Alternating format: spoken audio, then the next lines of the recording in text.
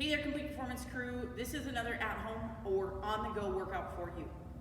I know that being out of the gym isn't the best or most fun thing, but these workouts are designed to keep you moving, to get your blood flowing, and get you a little work until you can get back into the gym.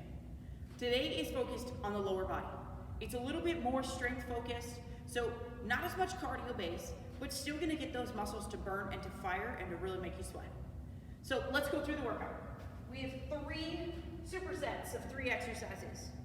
You're gonna rotate through all 3 exercises 5 times before you move to the next superset.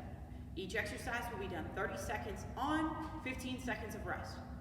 So let's go through. I'm gonna show you with a few different pieces of equipment and a few different body weight options for you to use throughout this workout. First thing we have is squat pulses. Squat pulses, I'm gonna show you from a side view. Your feet are going to be at about a shoulder width stance. Whatever's comfortable for your squat position, you're going to push the hips down toward the floor, open up at the knees and the hips. You're going to pulse from that bottom position, halfway up, back down. Right through here, your legs, your glutes, your quads, your hamstrings are really going to start to burn. Now here are some things that I typically see with this. We sit here, we kind of pulse from that maybe quarter squat up here. That's really only going to work your quads. We want to hit the glutes, we want to hit the hamstrings, and the best and only way to do that is to sit down into the bottom of that squat. I know it's harder, I know. So take time. If you need to reset in the middle of your 30 seconds, go ahead. Other thing I see with this is we get really forward here. The hips then actually start to kick up and back versus just up and down. So really make sure that that chest stays up. Pick a target on the wall in front of you that you should be able to see the entire time. Second exercise, we have a 1.5 RDL. Now, if you have dumbbells, okay, a dumbbell can be held in each hand, or even if you have 1 dumbbell, 1 kettlebell, feet are gonna go right underneath the hips. You're gonna tip at the waist, come down just above mid-shin. You're going to stand back up, come just above the knees, back down to mid-shin, and stand back up. So it's a 1.5. So you come here, up to mid-shin, that's the half rep, and then all the way back up. If you don't have dumbbells, okay, grab a kid's backpack, hold on to it. You can even put the straps and wear it in the front. Here, you can tip at your waist, come halfway back up, and back down again. From the side, it's gonna look like this. Tip at the waist, push the hips back, come part way up, and back down again. Now, you don't have a backpack or you don't want to use the kid's backpack. Bands work great. Step on it so feet are still underneath those hips. Push hips back, up part way, back down, and up again. Important thing to remember with this is that you should never lose tension in your hamstrings. You should always feel some type of pulling, some type of tension, stretch in the back of your legs. Third exercise, we have a single leg hold. With a single leg hold, there are a couple different options. Depending on where you're at with balance, any of the options are great. True single leg hold should look like this. Toe is just barely resting on the floor here, so really I can pick it up, but I use it because I'm gonna hold for 30 seconds and I wanna keep that balance in.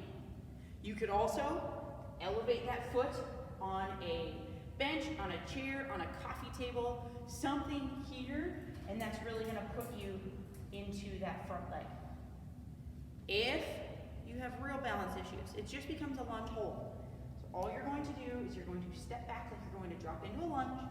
You're actually gonna drop down to the bottom of that lunge and hold that position. There's just a little bit more pressure in this back leg here. Push through that front foot, make sure knee stays over the middle of our foot. Grab the floor with those toes. Make sure that it's evenly spread out, the weight in your toes there. Then we go to our second superset.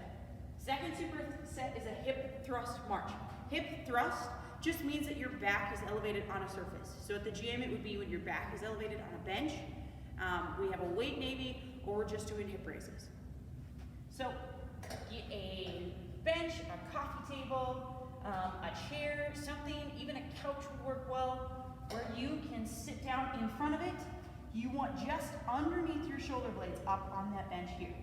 You're going to have feet Out in front of you, they should be out in front of your knees right now so that when you get up into position, your knees are right over the middle of the foot. I'm gonna hip raise up here. I'm gonna hold this tabletop position. So everything's nice and flat, full extension of the hips, and I'm gonna alternate raising 1 foot at a time. Notice my hips don't drop, so I can raise them here. They stay elevated, fully extended. My core stays tight, my eyes stay up on the ceiling, and I'm just picking my feet up a couple of inches. If you don't have a surface where you can put your back on and where you can elevate, a hip raise march is a perfect alternative. Up at the top, alternate, marching, raising 1 foot at a time.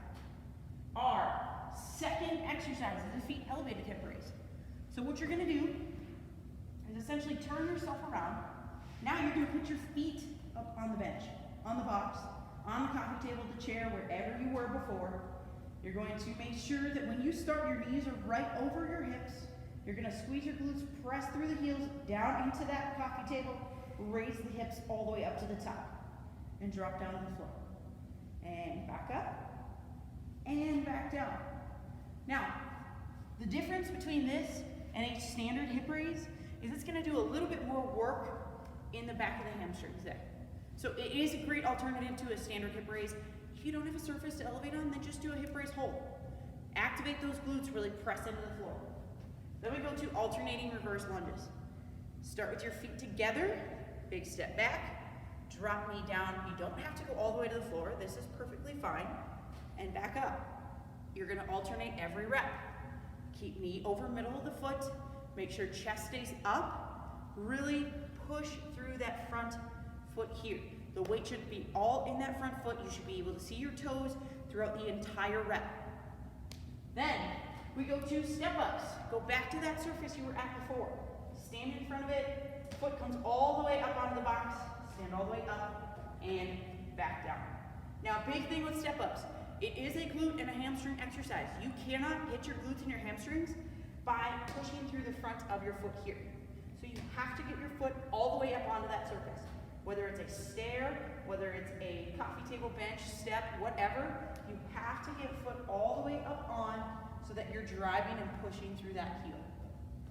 Then we go to single leg hip raises. Single leg hip raises, you're gonna be down on the floor here, okay? Then you're going to drive up, back down. Notice this leg stays elevated the whole time, and I'm doing hip raise reps with 1 foot on the floor. I do understand that there are 5 rounds, and in order to stay balanced, that last round, what I would recommend is just do 10 and 10. Do 10 on one side, 10 on the other. With the single leg hold, I would do 10 seconds, count to 10, then switch 10 seconds on the other side. Then we go to butterfly hip raises. So butterfly, that's the stretch. You're going to put feet together, okay? This is the butterfly position. Now from the side, it looks like this. I'm going to be here, and I'm going to press through the outsides of my heels, of my feet, raise my hips up and lower them back down. This is getting the outside part of my glutes, but it's also working my adductors, the inside of my thighs as well. Really make sure that that core stays tight, up as high as you can go, and back down. Those are your lower body exercises for today.